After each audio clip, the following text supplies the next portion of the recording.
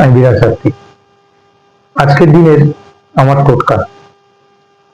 অনেক ছেলে মেয়ে আমাকে ফোন করে, তারা জানতে চায় যে আমি ভালোবাসতাম, আমাকে ছেড়ে চলে গেছে, বেটার অপশন দিয়েছে অথবা চিট করেছে। তো তারা আমাকে জিজ্ঞেস করে, দাদা বশীকরণটা কিভাবে করবো?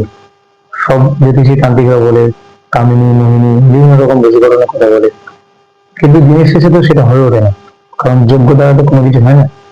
তাহলে যোগ্য করে সবাই সবকিছু করতে পারে। তাই আমি তাদেরকে আজকে দিনে একটা টোটকা বলছি, যে কেউ ঘরে যে কোনো ভাবে করতে পারে। এটা স্বামী স্ত্রীদের জন্য প্রযোজ্য।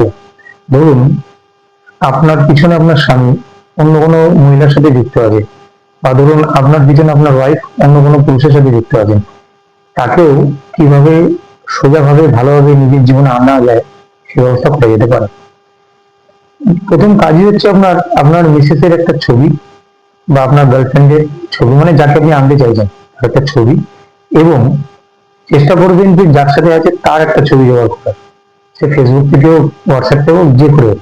যদি দুজনের ছবি কালেকশন করেন, ধরুন এরকম দুটো ছবি থাকবে, আমি নাম ছবি দেখাচ্ছি না, যদি ওটা ক্যামেরায় আছে, কারণ দুজনের দুটো ছবি জোগাড় করবেন।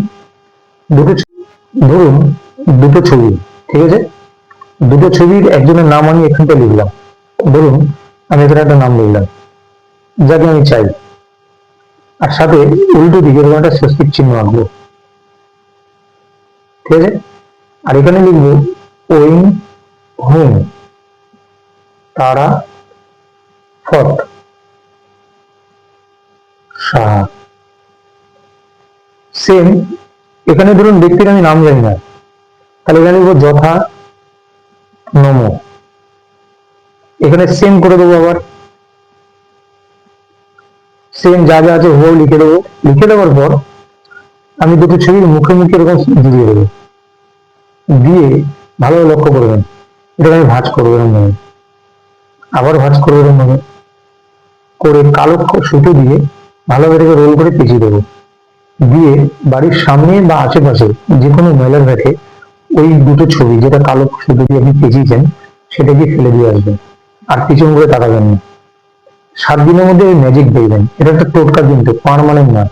মানে আমার বলার বক্তব্য হচ্ছে, এটা যখন আপনি ফেলবেন ওদের দুজনের মধ্যে ক্ল্যাশিং হবে, মানে যে দুজনের ছবি দিয়েছেন আপনি তাদের মধ্যে অশান্তি হতে থাকবে।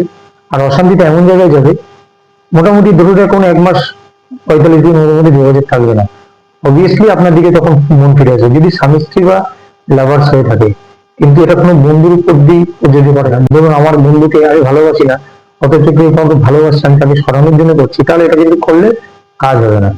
এবার যখনই আপনি এটা ফেলবেন, ফেলার পরে যোগাযোগ করবে, তখন আপনাকে মেন কোর্স মানে মেন ভাবে কাজ করতে হবে, যাতে সে তাকে ছেড়ে দিয়ে আপনার দিকে আসে।